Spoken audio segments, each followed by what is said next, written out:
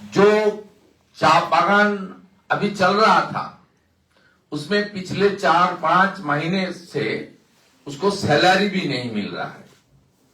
इसको लेकर मनोज टिग्गा जी ने आपको विस्तार से बताएगा।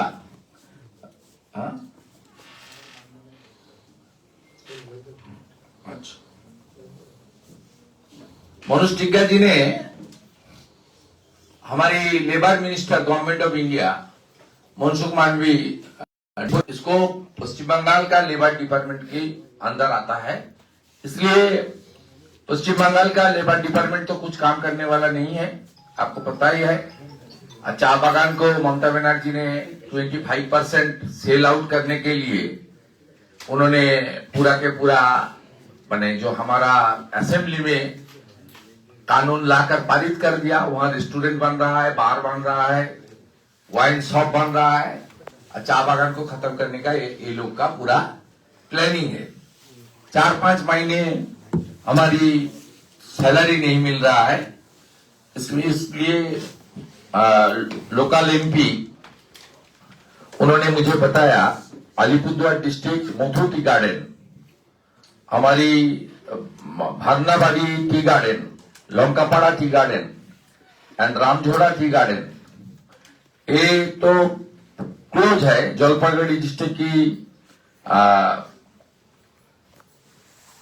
चामारचू tea garden, Chamarchi tea garden, Ambari tea garden, Debpara tea garden, Mogalkata tea garden, red bank tea garden, Raipur tea garden, इनका एडिशन हमारी remaining tea garden Alipurduar district, Kalchini tea garden, Hantapara tea garden, Dumchipara tea garden और Garganda tea garden, तुलसीपाड़ा tea garden, Girpara tea garden, Dimdiba tea garden and Bandapani tea garden, इसका भी critical condition चल रहा है। Alipurduar district का, Jalpaiguri district का Kilkote tea garden, Bagrakote tea garden, Manabari tea garden, Nageswari tea garden, Samsing tea garden और Bamandanga tea garden, Dharanipur tea garden and Totapara tea garden, इसके भी ऑपरेशन जो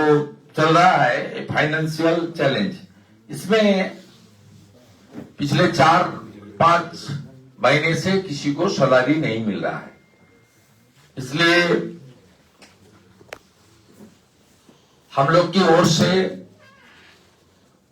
लेबर डिपार्टमेंट वेस्ट बंगाल को तुरंत इसमें कार्रवाई होना चाहिए और उनका जो 5 महीने का सैलरी पेंडिंग है।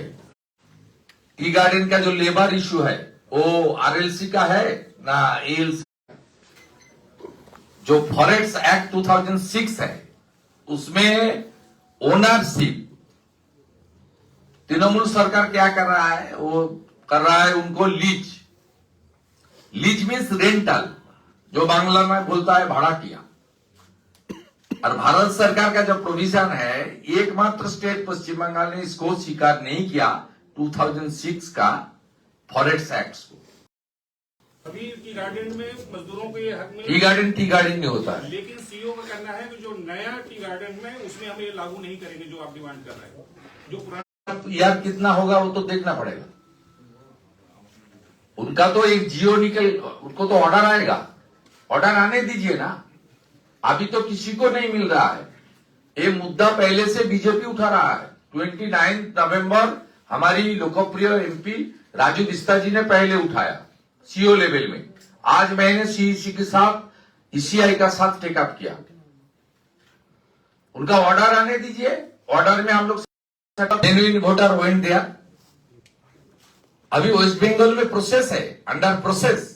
जब प्रोसेस खत्म हो जाएगा 14 फरवरी टेंटेटिव जो फाइनल वोटर लिस्ट आएगा, उसका बाद जो जेन्युइन वोटर का नाम डिलीट हो जाएगा वो विद डॉक्यूमेंट सुप्रीम कोर्ट में आ सकता है। सुप्रीम कोर्ट तो ये ऑप्शन देश की जनता को दिया है, बिहार में दिया था, एक भी नहीं किया, सुपड़ा साफ हो गया। बंगाल में भी जब फाइनल वोटर लिस्ट आएगा जाएगा। ममता बनर्जी जो कल इश्यू उठाया, 70 आदमी died during the SIR. CO office में सीआईएसएफ पोस्टिंग हुआ है। डर का महल, ये बहुत शर्म का बात है। ये सब बंद करके पश्चिम बंगाल छोड़ के दिल्ली चाहिए। सुप्रीम कोर्ट का पास जाने का अधिकार सबका है, आप जाइए, वहां बताइए, सुप्रीम कोर्ट जो निर्णय करेगा सबको स्वीकार करना पड़ेगा। क्या है सर, आप डर के माहौल बंद करने के लिए बोल रहे हैं, लेकिन सर यूपीएससी ने कहा है कि 1.5 साल लेट कर दिया है स्टेट गवर्नमेंट ने सर वो फाइल भेजने में। इसकी वजह से यूपीएससी ने कहा है कि सुप्रीम कोर्ट जाने के लिए regarding the appointment of the DGP की नियुक्ति के लिए दादा यूपीएससी किस तरीके से पश्चिम बंगाल सरकार चल रहा है उसका खुलासा कर दिया। यूपीएससी का लेटर सबका पास है, मेरा पास भी है। ये तो पूरा यूपीएससी ने पूरा क्लियर कर दिया जो इनका पश्चिम बंगाल में किस तरीके से सरकार चल रहा है, ये पूरा क्लियर कर दिया। इनको प्लानिंग था राजीव कुमार को डीजीपी बनाना। राजीव कुमार जी एडिशनल चार्ज में है, इतना बड़ा प्रदेश में परमानेंट डीजीपी नहीं है। किस तरीके से सीएस और एचएस बनाया मैं कल बता दिया। 1989 बैच का ओत्री भट्टाचार्य, बंगाली जेंटलमैन, उनको डिप्राइव करके 1994 बैच का श्रीमती नंदिनी मैडम को सीएस बनाया। ये वायलेशन नहीं है? आईएएस एसोसिएशन खामोश क्यों है? फिनांस सेक्रेटरी प्रभात मिश्र जी सीनियर है, आज जूनियर है चीफ सेक्रेटरी नंदिनी मैडम, किसको बनाएगा? 2004 का होम सेक्रेटरी बना दिया जगदीश मीना को। डीजीपी कौन होगा? डीजीपी को रिपोर्ट करना किसका पास पड़ता है? एचएस का पास। एचएस जूनियर होगा और डीजीपी आईपीएस सीनियर होगा। यही तो बंगाल में चल रहा है। इलेक्शन कमीशन डिपार्टमेंटल प्रोसीडिंग्स के लिए बोला था, मनोज पंत ने डिपार्टमेंटल प्रोसीडिंग्स हटा लिया, जगदीश प्रसाद मीना डिपार्टमेंट प्रोसीडिंग्स हटा लिया। इसलिए ममता बनर्जी अपने ऑफिसर को संरक्षण दे रहा है इलीगल काम करने के लिए। ये संरक्षण इलीगल काम करने के लिए protection by the state government. ठीक है, बांग्ला दादा, एसआईआर का जो एडिशन और डिलीशन प्रोसेस जो चल रहा था पश्चिम बंगाल के इलेक्टोरल रोल का जो एडिशन और डिलीशन प्रोसेस, उसमें 2014 से 2024 तक जो फिगर दिखा रहा है उसमें 1 करोड़ की बढ़ोतरी दिखा रहा है। 2024 में था 6 करोड़ 24 लाख 68 हजार, वहीं 2024 में वो हो गया 7 करोड़ 58 लाख 37 हजार। इसलिए तो हर देशभक्त नागरिक एसआईआर का वेलकम कर रहा है। यहाँ डेमोग्राफी पूरा चेंज। अभी क्यों आप 50 साल 60 साल का आदमी को बात सर्टिफिकेट दे रहा है? अभी क्यों आप जो ओबीसी को रिकॉग्नाइज नहीं किया सुप्रीम कोर्ट हाई कोर्ट ने, आप उनको ओबीसी बना के सर्टिफिकेट दे रहा है? आप आईसीडीएस का लिस्ट को एक्सेप्ट करने के लिए क्यों दबाव बना रहा है? क्यों आपका अधिकारी डोमिसाइल सर्टिफिकेट इशू कर रहा है? आपका कानून का पता है, डोमिसाइल सर्टिफिकेट 15 साल का ओल्ड होना चाहिए। अब बर्थ सर्टिफिकेट ऑनलाइन हो गया है। अब 60 साल का 50 साल का 65 साल का उम्र का आदमी को आप अभी बर्थ सर्टिफिकेट देना कानूनी तरीके से जायज है? नहीं है, इलीगल। इसलिए इलेक्शन कमीशन कानूनी तरीके से काम कर रहा है और इनको पीड़ा हो रहा है। They are feeling pain. पूरा डेमोग्राफी बंगाल का चेंज कर दिया है लोग, फुल। पूरा देश देखिए और बंगाल देखिए। पहले 3 डिस्ट्रिक्ट मुस्लिम मेजोरिटी और मुस्लिम पॉपुलेशन ओरिएंटेड था, उत्तर दिनाजपुर, मालदा एंड मुर्शिदाबाद। अब 9 डिस्ट्रिक्ट हो गया। ये लोग इंडियन मुस्लिम नहीं है, ये बांग्लादेश का घुसपैठिया मुस्लिम है। हम लोग के साथ इंडियन मुस्लिम का कोई हमारी प्रॉब्लम नहीं है। वो टीएमसी कर सकता है, आईएसएफ मीम कर सकता है, उसका तो दूसरा मान्य है। लेकिन बांग्लादेशी मुस्लिम घुसपैठिया को हम लोग क्यों हमारी देश मिलेगा? पूरा चेंज कर दिया। ममता बनर्जी सरकार not providing adequate land to BSF for permanent fencing across 550 kilometre area.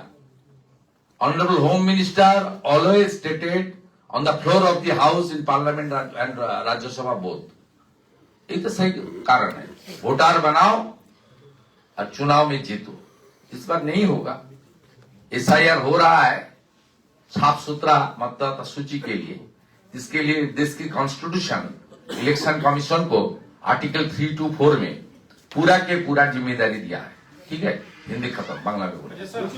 Building को लेकर अभी चुनाव आयोग कोई डिसीजन नहीं ले पा रहा। आप वेट कीजिए, इलेक्शन कमीशन तो सही काम करेगा जो करना चाहिए, कानून में है। हाई राइजेज बिल्डिंग में नहीं, कानून में तो है।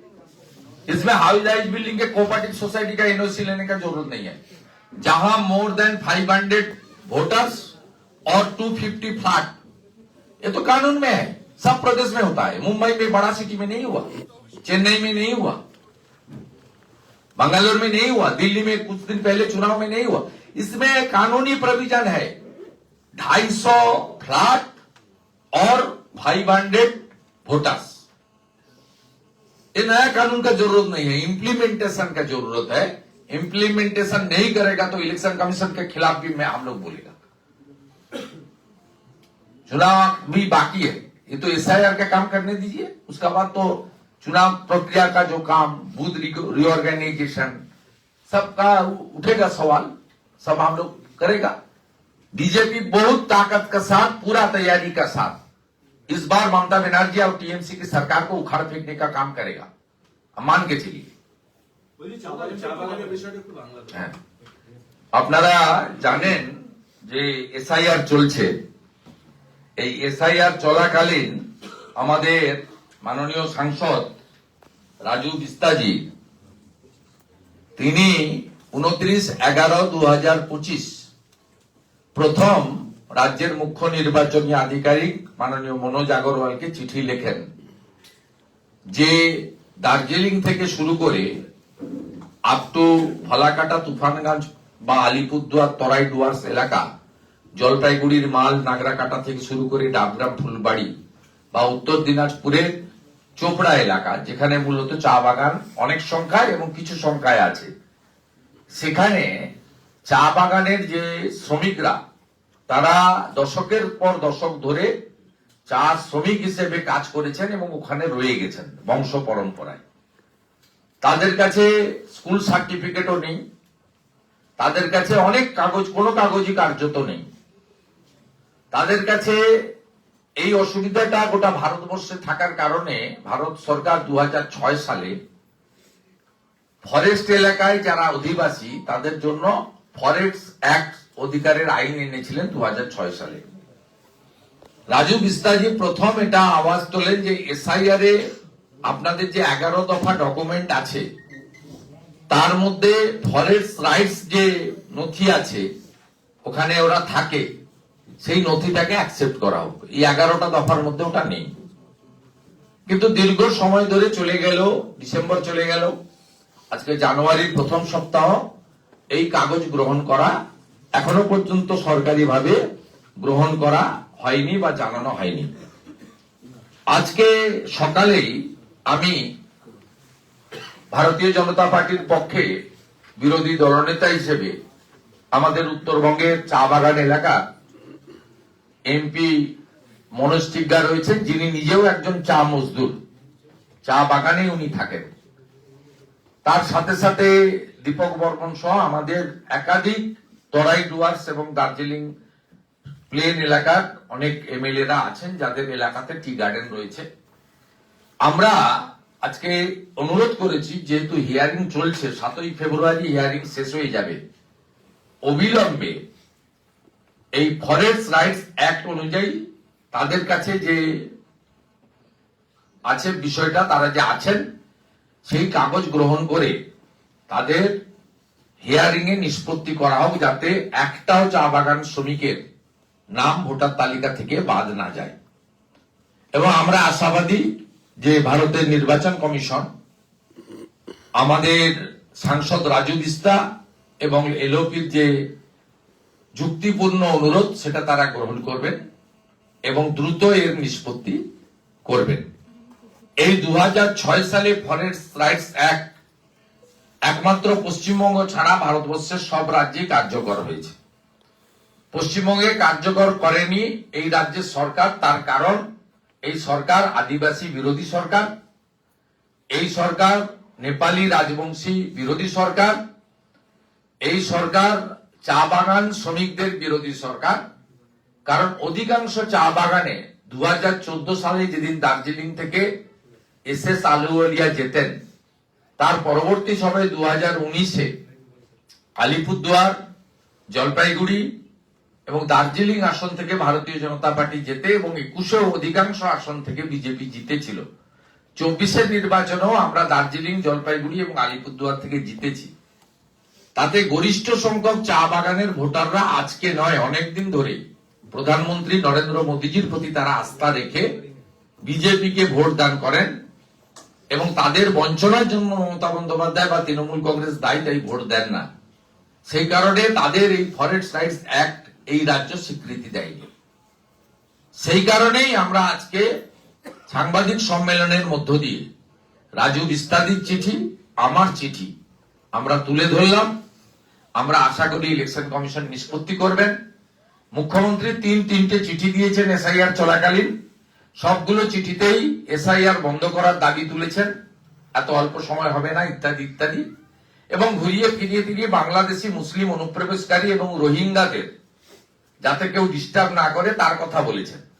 তার রাজ্যে বসবাস করা দশকের পর দশক ধরে থাকা চা বাগানের শ্রমিকদের, যাদের মধ্যে গরিষ্ঠ সংখ্যক হচ্ছে আদিবাসী এবং নেপালি গোর্খা এবং রাজবংশী এবং অনেকে বিহার থেকে আগত, সেই লোকেদের বিষয়ে মুখ্যমন্ত্রী একবারও কিন্তু এইবার 3বারের চিঠিতে একবারও উল্লেখ করেননি।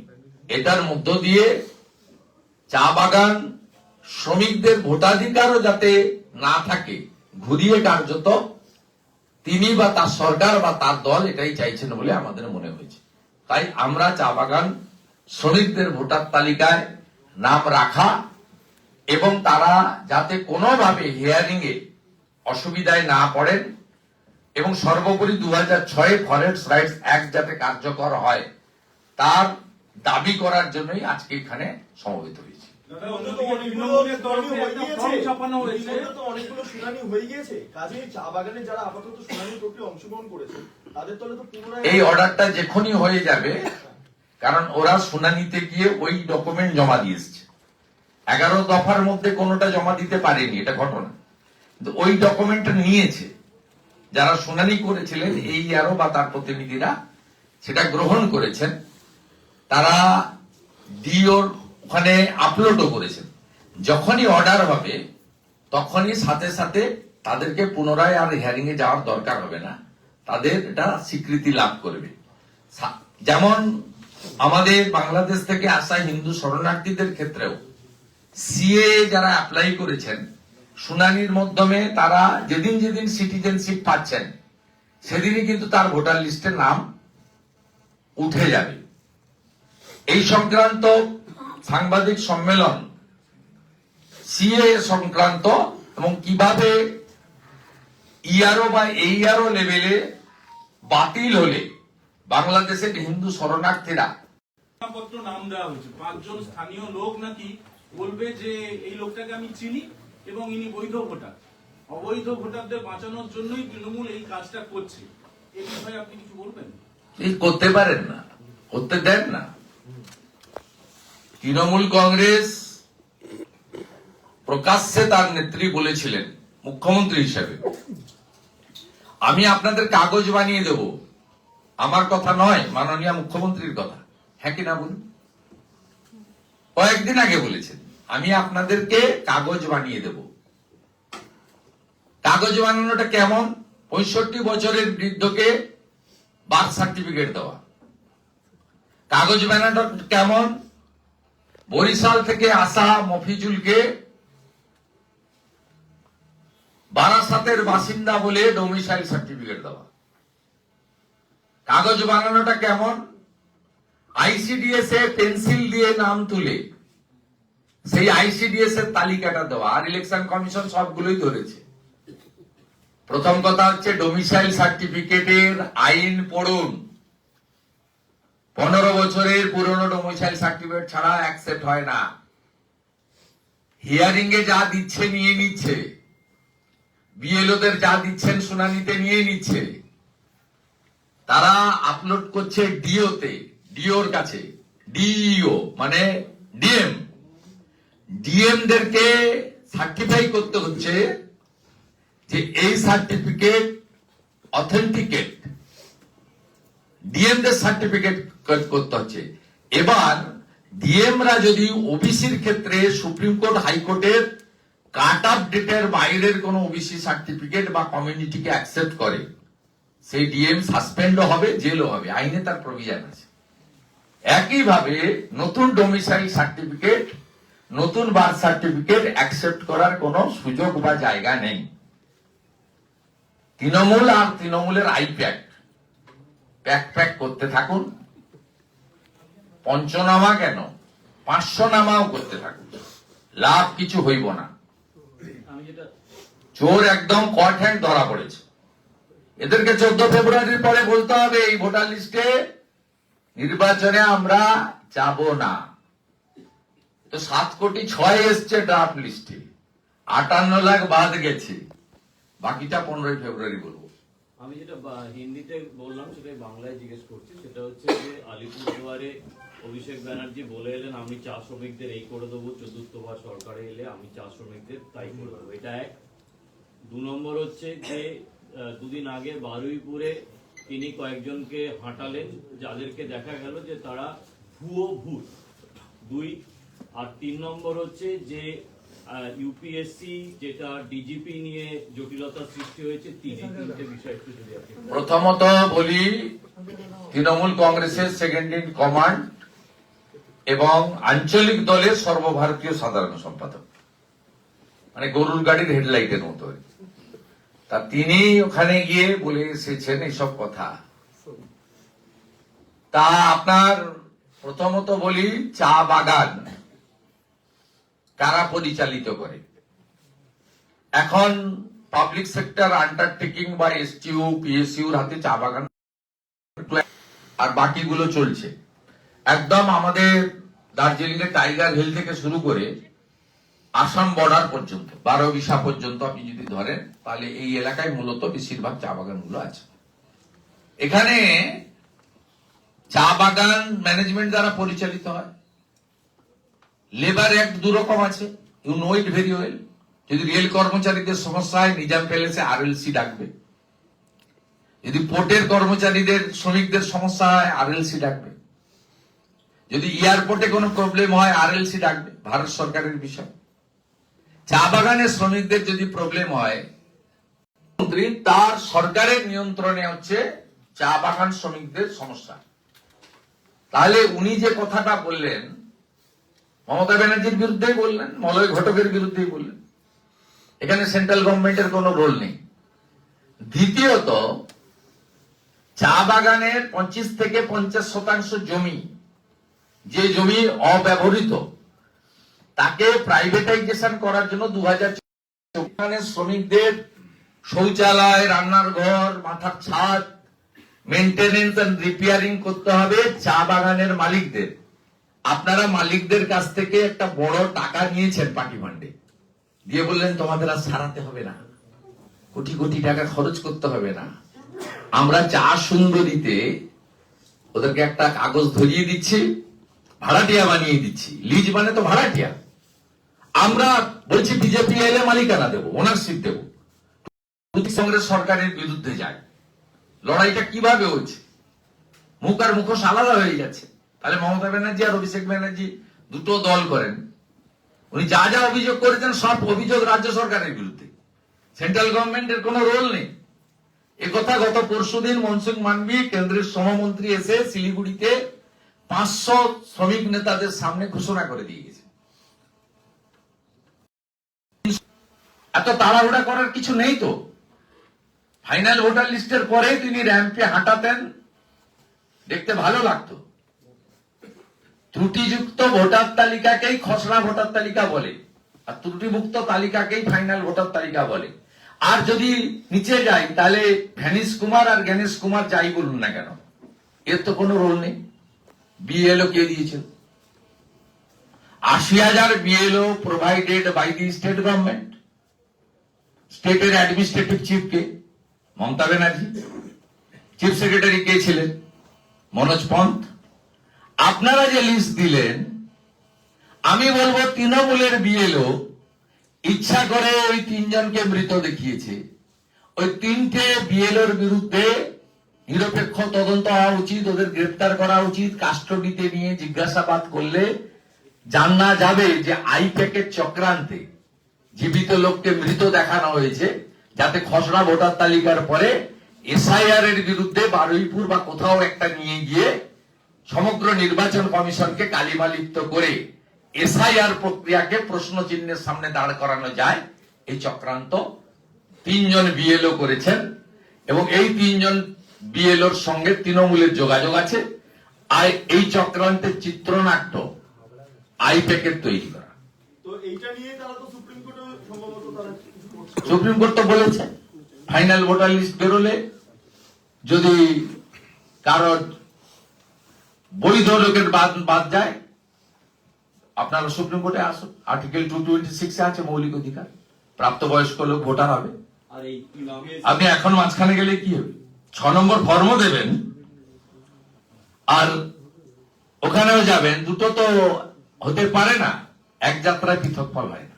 আর এই ডিজিপি নিয়োগের বিষয়টি যে ইউপিএসসি যেভাবে করেছে এটা ভালো না। একদম পরিষ্কার পশ্চিমবঙ্গ সরকার দশকর্মা ভান্ডারের মতো চলছে। এর থেকে লজ্জার আর কিছু হতে পারে না।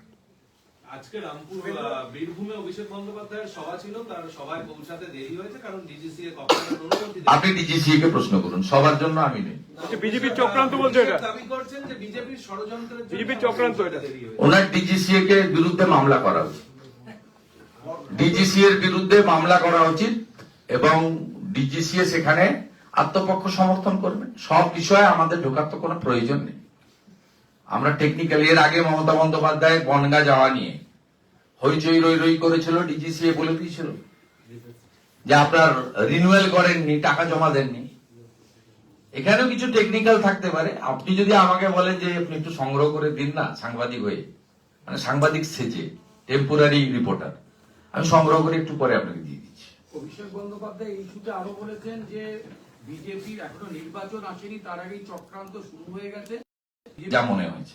আর আমরাও ভারতীয় জনতা পার্টি 21 এবং 24-এর অভিজ্ঞতা থেকে শিক্ষা নিয়ে আপনাদের ভোট চুরি আটকাতে কি করে হয় সেই অভিজ্ঞতা নিয়ে পূর্ণ শক্তিতে নামছি। সেই কারণেই 62,000 বিএলএ 2 বিজেপি এই প্রথমবার দিয়েছে। 62,000 বিএলএ 2। আপনারা তো বিজেপিকে অনেকেই দেখতে পারেন না টক শোতে, চোখে দেখতে পাচ্ছি না, আন্দোলন নেই, জ্ঞান দ্বারা বলেন সন্ধ্যাবেলা, আমরা শুনি। 62,000 বিএলএ 2 দিয়েছেন। এটা শোনার পরে বলবেন মাঠে তো ছিল না। আরে মাঠে না থাকুক, ছবি তুলে কাগজ দিয়ে তো দিতে হয়েছে। বিজেপি তো 40% ভোট ধরে রাখলো 19, 21, 24, নামাতে তো পারলেন না। 3-4% তো লড়াই, ভোটার লিস্ট পরিষ্কার হয়ে গেল। আমরা দেখব, আমরা ন্যাশনাল পার্টি, আমরা সামনে বসবো, সেটাও করবো, আমরা পিছনে বসবো না। আপনি আঞ্চলিক পার্টি, আপনারা আমাদের পিছনে বসবেন, সেটাও আমরা করবো। অভিষেক বন্দ্যোপাধ্যায় বলছেন তার কাছে মাথা নত করে না। मनोज जी को कुछ पूछना है तो पूछ लीजिए। खास करके আমাদের চা বাগান যেগুলো বন্ধ আছে, চা বাগান শ্রমিকরা আমাদের মোটামুটি কতজন এই ডকুমেন্টেশনের সমস্যায় ভুগছেন বা আপনারা যে দাবি করছেন সেটা যদি পূরণ হয়? প্রচুর lakh of tea garden worker. আপনার 600 টি গার্ডেন মানে স্বীকৃত আছে, এর বাইরেও ছোট ছোট অনেক টি গার্ডেন আছে। 1000 ইউনিট ধরতে পারে। 1000 ইউনিট গুণিতক আপনি 1000 উপরে ভোট ধরতে পারেন, 800,000 করে। তার মধ্যে তো বানারহাট টানারহাটে অনেক জায়গায় বড় বড় 4-5টা করে বুথ আছে, বড় বড় গার্ডেন আছে। হ্যাঁ, বুথ আছে। শুভেন্দুদা, অভিষেক বন্দ্যোপাধ্যায় বলছেন যে আমরা মাথা নত করি না কারোর কাছে। হ্যাঁ, অভিষেক বন্দ্যোপাধ্যায় বলছেন যে আমরা কারোর কাছে মাথা নত করি না, কেন্দ্র কবে টাকা পাঠাবে তার ভরসাও করি না। আচ্ছা, এবার আপনারাই দিল্লিতে গিয়ে রাজঘাটে গিয়ে ছুটাছুটি করলেন। সুজিত বসুর জুতো গেল, শান্তনু সেনের ঘড়ি গেল, দিল্লি পুলিশকে দেখে মার ছুট, বললেন আটকে রেখেছে, মেরেছে, ধাক্কাধাক্কি করেছে। তারপরে বিনীত গোয়েল তখন ছিল সিপি কলকাতা, তার সৌজন্যে রাজ্যপালের সামনে বসে থাকলেন অবৈধভাবে দিন 15-20, গান হলো, বাজনা হলো, নাটক হলো, হাম্বা হাম্বা কাম্বা কাম্বা রাম্বা রাম্বা হলো।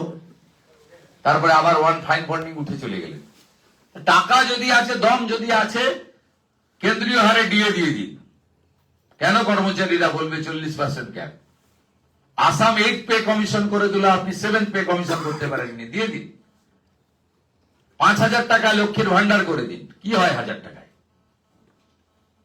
করে দিন, টাকা আছে, দম আছে। 8 লাখ টাকা শোধ করে দিন। 6 লক্ষ ভ্যাকেন্সি পড়ে আছে পশ্চিমবঙ্গে, পূরণ করে দিন, চাকরি দিয়ে দিন 2-3 মাসের মধ্যে, সব করে দিন। হসপিটালগুলো চেহারা বদলে দিন। আপনারাই সব বিদেশে যান, আপনারা তো নিজেরাই স্বাস্থ্যমন্ত্রীর উপর আস্থা রাখতে পারছেন না। আপনি ডায়মন্ড হারবারে সেবাশ্রয় করতে হয়েছে, স্বাস্থ্যমন্ত্রী এগেস্ট অনাস্থা। নন্দীগ্রামে সেবাশ্রয় করবে, আমার এলাকার মানুষকে সেবা দিতে যাচ্ছেন, স্বাগত জানাচ্ছি। এটা তো যুদ্ধ ঘোষণা করেছেন আপনি স্বাস্থ্যমন্ত্রীর বিরুদ্ধে। আপনাদের তো স্বাস্থ্যমন্ত্রী মমতা ব্যানার্জির উপর আস্থা নেই বলে আপনাদেরকে আমেরিকা যেতে হচ্ছে চিকিৎসা করাতে, সিঙ্গাপুর যেতে হচ্ছে। টাকা যদি আপনার সরকারের এত আছে, গরিব মানুষগুলোকে ভেলোর যাওয়া থেকে, বাঙ্গালোর যাওয়া থেকে, হায়দ্রাবাদ যাওয়া থেকে, মুম্বাই যাওয়া থেকে একটু বাঁচান। অতি দর্পে হতলঙ্কা, অতিমানে চ কৌরবা। যত দম্ভ দেখাবেন পতন তত তাড়াতাড়ি হবে।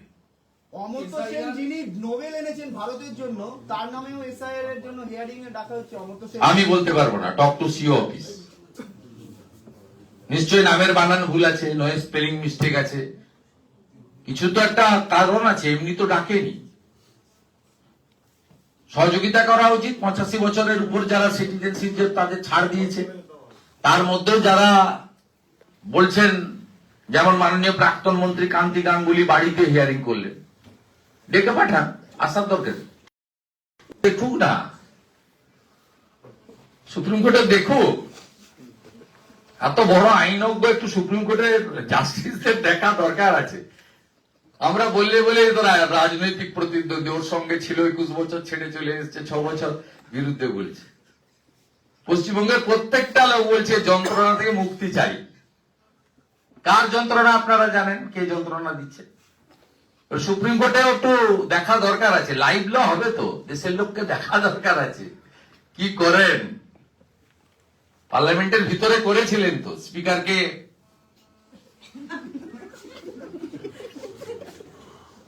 দেখতে চাই আমরা। বিধানসভায় কি করেন তো অনেকে দেখে। হ্যাঁ, যেটুকু লাইভ হয় তাতেও তো এই হুমায়ুন